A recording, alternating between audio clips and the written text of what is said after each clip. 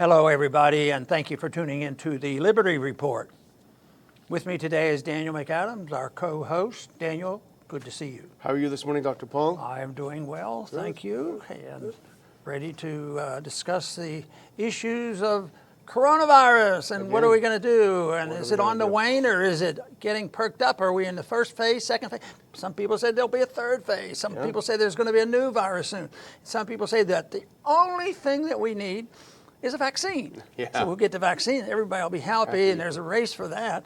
But I think there's a race against logic and reasoning, and we've talked about this a whole lot, the danger of the virus versus the danger of the lockdown. More and more people are talking about the danger of the lockdown, but I don't think it should be an exchange. Okay, we'll sacrifice so many lives by lightening up on the lockdown, but save lives elsewhere, because I don't think it's that. I think if you do the right thing both places, you're maximizing our efforts to preserve life and sanity.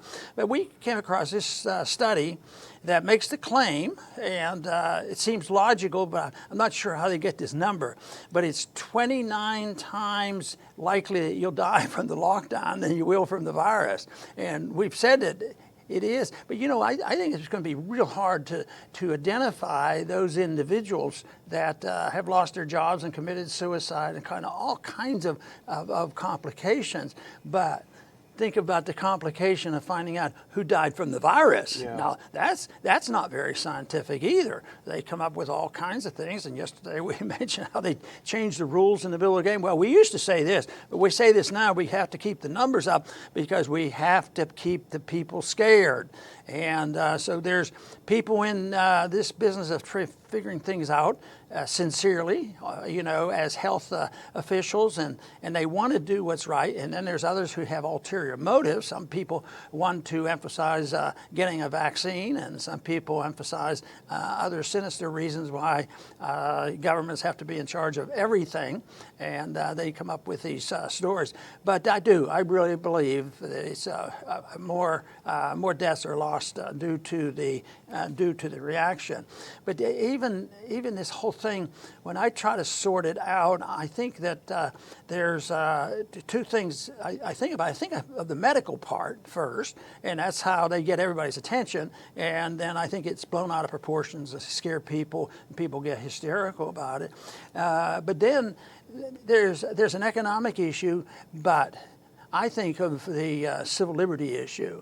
If this is justified, how much civil liberties will or should people give up, or is it any liberty are you supposed to give up any liberty? And I've argued the case, which usually got a firm applause from, would be to don't ever give up any liberty for safety and security. And I think it could apply here because people are rolling over. When's it coming? Do anything, and we'll get into this in this program, on how anxious people are and what kind of threats and intimidation, what kind of punishments there'll be, and what will be the consequence of mass inoculation. So there's a lot of ramifications for that. But it is interesting that somebody came up and tried to monetize this or digitalize it and tell us exactly how many. I don't think it's possible to do that because both sides have some variables, but I definitely think that there's more, it makes it more complex, and more people do die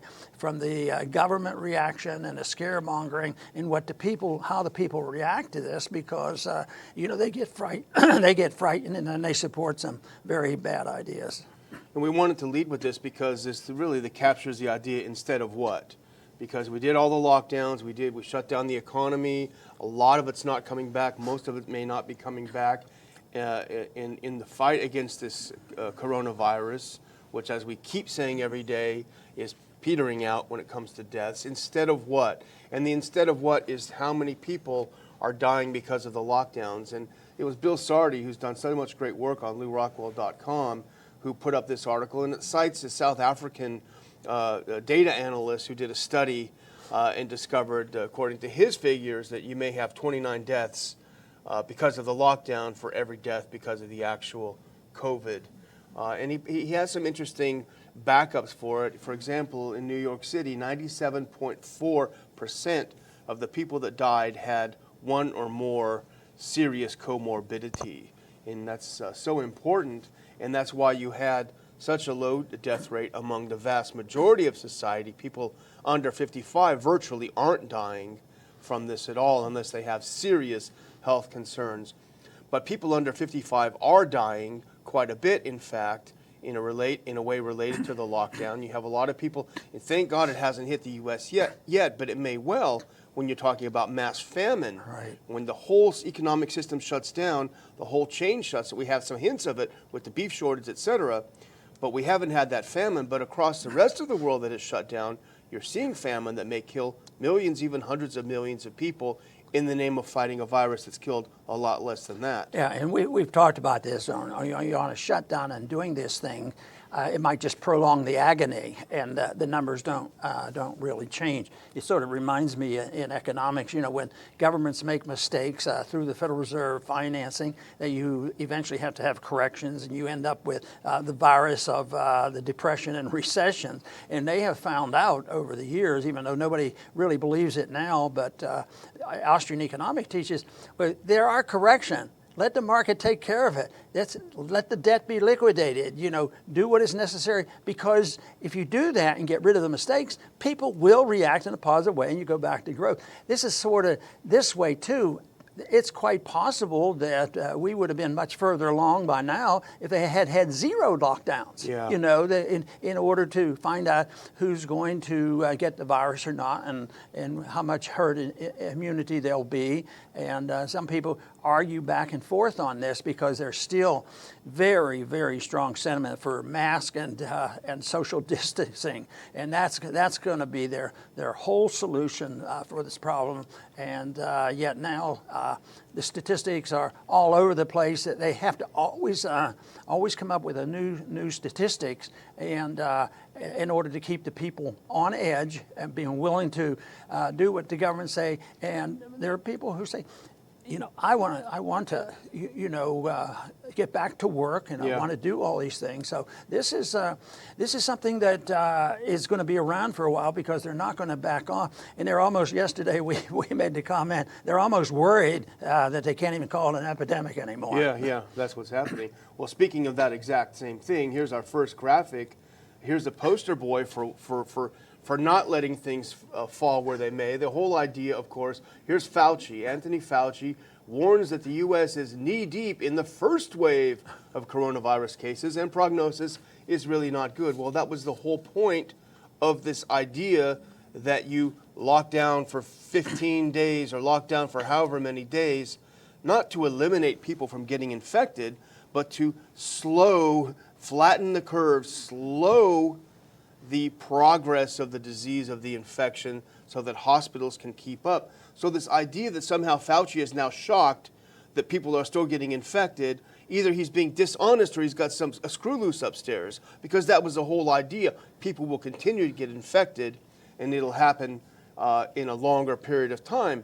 But this article, where he talks about the prognosis, is really good. He's also pushing another shibboleth that is going over and over, and it's really just to attack states like Texas and the other states that didn't lock down as hard as New York, Michigan, and Pennsylvania. You never hear about them anymore, because he says some of the states opened too quickly, and that's why Texas is having record numbers. It's not because, hey, get your free testing here, we'll get it back to you in 5 minutes, no problem, with the tests that are totally contaminated. But here's what Fauci said. A series of circumstances associated with various cities and states trying to open up has led to a situation where we have record-breaking cases. But again, trying to demonize states like Texas that didn't fully lock down, to Abbott's credit, and we slam him a lot, but he at least didn't do a Pennsylvania. Let's look at numbers. Let's not just look at what Fauci's saying. New Jersey, lockdown state. 171 deaths per 100,000 people. That's the death rate. New York, lockdown. 166 deaths per 100,000 persons in the state. Texas, everyone's going crazy about Texas. Oh my gosh, it's the huge spike. 9 deaths per 100,000 persons. 171 New Jersey, 9 Texas. And that's the truth. forget about what Fauci's saying about we opened up too soon. We shouldn't have locked down at all. Well, they're not listening to that statistic because that'll end their game that they play, because high on their agenda is getting the vaccine. You hear that incessantly, and there's a lot of companies involved. There'll be a lot of rewards for this, and I find that there's even sort of political rewards in this. The different countries, and it's sort of a nationalistic thing. Who's going to get it, and who's going to benefit by it? So there's a lot of activity, and then there's some people who question, well, you're never going to get it. This is going to be very hard, and nature's going to be better than any vaccine you get. So there's a lot of controversy. That's why the market needs to sort this out, not the politicians and the bureaucrats and the profiteers. But there is a big rush, for a vaccine. And I've told the story before because the first week I was in Congress in 1976, we had the swine flu come in. And Ford was president, and it was a national issue. Everybody was going to get the flu. It was very, very deadly. And the election was coming up soon. The election would be tight. And I got there in April. So within a week or two, we had this major vote. It was one of my first votes. And it was for an appropriation, a significant appropriation, not billions, but millions of dollars to get a vaccine and get it out there, inoculate everybody. They got the vaccine out, and it wasn't very successful. Two of us voted against it, myself and another doctor, which is interesting. Yeah. But to get the vaccine out, and they did inoculate a lot of people, but they found out afterwards, like we're trying to do now, when the deaths settle, add up to these numbers, and it found out that nobody died from the flu, and more people died from the vaccine. Getting the shot. And a lot of people got Guillain-Barré syndrome and had the temporary paralysis. So the rushing to get something for political reasons or for monetary reasons is not the way to go. I mean, just hardcore principles of liberty plus principles of people making economic decisions that make more sense. But as soon as government gets involved in making medical decisions, there's a bunch of people who hover around there to try to take advantage of it, namely drug companies. They're there, and they're all over the place in Washington. They are. The more I've looked at this, even in the last couple years, the more I realize how powerful and how much money they're spending, how many dollars are involved. For the money in the drug industry. Yeah. And speaking of which, is Fauci the poster boy for we need a new vaccine. Of course, Gottlieb is on always talking about that. But, thanks to True Pundit, which brought this to my attention, and I went and researched it. I went on the website, the National Institutes for Health, which has been the employer of Dr. Fauci since 1968. He's still there. Talk about a statue that should be pulled down. But he's been there since 68. Back in August 22nd, 2005, let's put up this next graphic, Dr. Paul. You're going to really enjoy this. This is a publication of the National Institutes for Health, August 22nd, 2005. Chloroquine is a potent inhibitor of SARS coronavirus infection and spread. And if you go through this, you talk about how chloroquine as such is extremely effective as a treatment against coronavirus. This is under Fauci. He didn't write it, but it's certainly under him, and he would have been aware of this in 2005. Now, why all of a sudden does chloroquine have the scarlet letter on it when they were so keen on it back then? And I think this has been sorted out. We've had spokesmen on our program, other physicians who have treated people with chloroquine, and it's you have to understand it because some people benefit maybe in the early part rather than somebody that's in an intensive care unit. And I think medicine has sorted out. That drug has been around for a long time. It's related to tuberculosis, treating tuberculosis, and this cross immunity is a big issue. But that's been studied. But chloroquine's cheap. What do you want to do? Give the patients a deal? Yeah. I mean, you got to, anything that's good is going to cost a lot and taste bad. Yeah, exactly. So, but this remdesivir is a new drug, very, very expensive, and they don't have any more proof that that's the answer. If that would be the case, it would be a ball game over. Yeah. But they keep trying to push that and actually write rules against using chloroquine. Yeah, exactly. Well, before we move on to our next segment, I wanted to go through quickly the Houston hospital thing because that's also the key for trashing Texas. And let's look at this next slide really quick. Concern the Texas Medical Center about the dramatic slope upward. This is back in mid-June. Let's go to the next one. I looked at Texas Medical Center this morning. This is the latest figures as of July 5th, which is Sunday. And this has to do with their bed status as of July 5th. And it's hard to see, but up in the upper left, you can see that black triangle. That's where they are now. And below it is the capacity. And this is tough to look at, but look at the next one too. It's important to look at.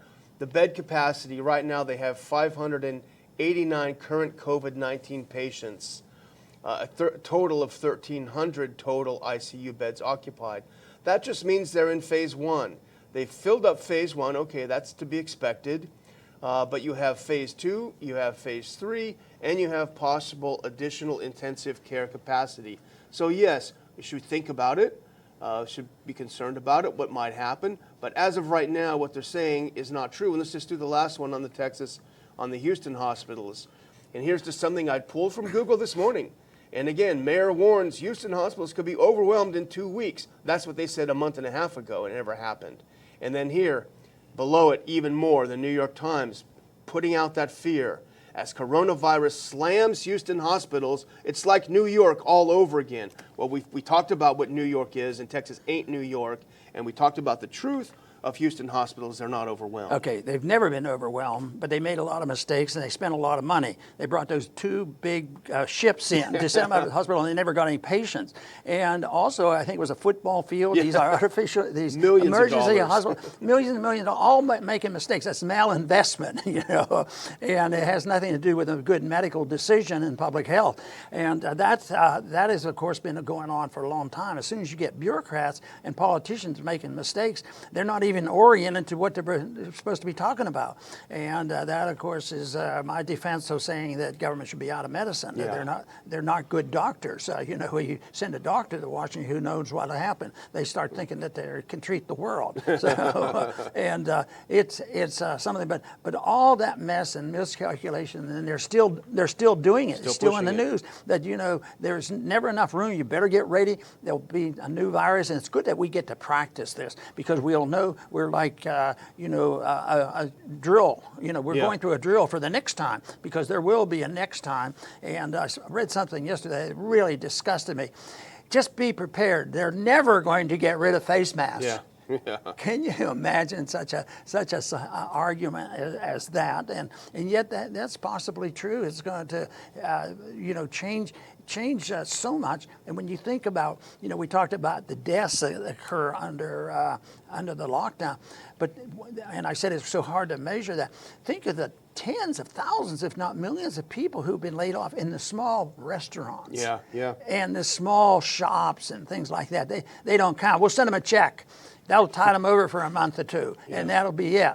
And just get the election over. Yeah. You know, so let's get the economy to perk up. But there's still a lot of suffering yet to come from making these mistakes, and there's not much chance right now that all of a sudden they're going to come to their sanity, because, you know, as libertarians, if somebody can show that a vaccine is good, they have to do it. Yeah. And, you know, that when, you know, it was much more privately oriented. I'm sure there was some government money involved with polio, but I can remember my mother going door to door with a March of Dimes. Yeah. She did every year and raised that money.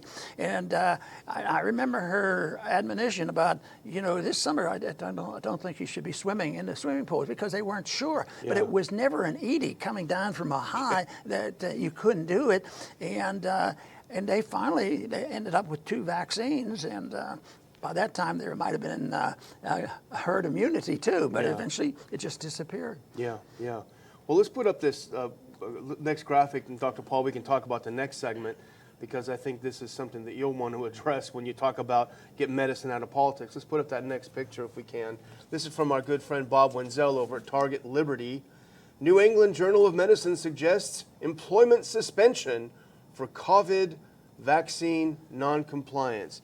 Here's your vaccine. If you don't take it, you're out of work. That is pretty scary. with them getting involved in that. Yeah, that to me is a real big deal. It's threatening, and one of the reasons why some people say, I think it is dangerous, and we have to keep doing that, and we'll use the vaccine if necessary. But in the meantime, don't keep me from working. Let me make the decision, and I'll go out because I want my job. Yes, it's very important to maintain our health, and we should do that and do our best. And they don't even take our position of just getting the government out completely, but they sure take our position on saying, look, don't threaten me. And can you imagine now those people who want to go back now when they say, well, we have an answer, and here all you have to do is sign this paper and give this vaccine, and Bill Gates said it was okay. Yeah, Gates said it'd be fine, no danger at all, because my goals are a little bit different than your goals, and then they do it. But threatening a person's life and livelihood is pretty radical. It's hardly the way to run a republic, since a republic is supposed to run on its own with personal decisions and voluntary answers to all our problems. And we're so far removed from that everybody looks to the government and believe the government is all wise. And we mentioned yesterday, how come they don't trust the government except on coronavirus? But they'll lose their trust in the government next year. Then they'll say, why did we believe that junk? Yeah. Hopefully they will say that. Yeah, there's hope. I read this, and I'm not saying this is absolutely true. I don't know, but it's interesting that, when they've had to revise the death rate from COVID way down from what they first scared everyone with, someone was writing that actually the death rate from vaccines is higher now than the death rate from COVID. So if people want to make informed decisions with their health, they won't be able to because they'll risk losing their job, and nobody wants to lose their job. It's very difficult to retool. But I'm going to move, Dr. Paul, into the final segment, for me at least, if you're ready. Right. And I want to talk a little bit, you may want to comment on this, but I want to explain a little bit about the mask mandate here in Texas. I think it's very important. There's a lot of confusion about it. And if we can actually pull up that next, this is the actual wording from Governor Abbott on masks in Texas, because you never know this from the media coverage. This is what the governor said. Every person in Texas shall wear a face covering over his nose and mouth when inside a commercial entity or other building or space open to the public, or when in an outdoor space, wherever it is not possible to maintain 6 feet of social distancing from another person, not in the same household. This is not a mask mandate. Again, not a mask mandate. What it is saying that if you cannot maintain social distance, you should wear a mask indoors or outdoors, and this is what we've had all along. And what's interesting is someone pointed this out on a great Facebook group that I'm in, Open Texas. There's no enforcement mechanism in the governor's mandate for businesses. So the idea that a business says, hey, you can't come in, it's illegal for you to come in without a mask because the governor said, read it, he doesn't say that. There's only a provision for finding an individual. So if I go into HEB and I start breathing on people 2 feet away, coughing on them, then I could face this $250 fine. So it's not to say that it's great, but there's no enforcement on the individual, you know. And the same is true actually with the local. And it's interesting, I was looking at some other county mandates and city mandates, and they're all pretty much identical to ours here in Lake Jackson, which is not that you have to wear a mask as the media portrayed it and our own local paper portrayed it, but what it did, and it did elsewhere in other counties in Texas, it said, you businesses, you must develop a plan, a business plan, which include a health and safety policy. Not that you have to force masks. You must have a policy, and you must post it on your business saying that if you cannot distance while you're in this business 6 feet, then you should wear a mask. That's all it says, and it's been so misrepresented. And you go into the stores, Dr. Paul, and everyone is droning along with their mask, 99% of the people. You have to read the legislation. That's not legislation. You have to read these mandates because they know they can't force it, so they're weaseling around it. You know, in medicine, there was an answer to this because it was voluntary. If somebody was sick and had a deficiency in their immunity, or we were doing surgery, it wasn't discussed. We just did it. So it was targeted. It was done all the time. I spent a lot of hours with a mask on. But this is different. This is being mandated and claiming that it's going to keep you from getting an illness that's going to kill you. And I think there are two main reasons why I think that we should do our best to dispel the fear of of not having people wearing a mask. First, it doesn't help the health. If it's targeted, for these incidences, yes, we will do that, but not for everybody. Doing it every place you go, there's no proof that it's really cutting back down on the disease. And also, it's the issue of personal liberty and personal choices that, the mask is worn a lot in hospitals, in the operating room, but it's done, differently. It's done locally and voluntary choices, and you make these decisions. It's not done by the bureaucrats and the authoritarians in Washington. So it's just a shame that we've gotten to this point where mostly hysteria drives this, and if things seem to be straightening out and not nearly as serious and dangerous as was once said, they'll go around, and they go around and look for more danger around the corner. Well, there'll be another one. There's another virus next year coming. So be prepared, and don't be easy. Be scared. And they've done a pretty good job on it, unfortunately. But there's a lot of American people waking up right now and sick and tired of it, and they'd like to go out and play football and go to football games. I still think personally that it taps into its sensitivity about what they're doing is not having baseball.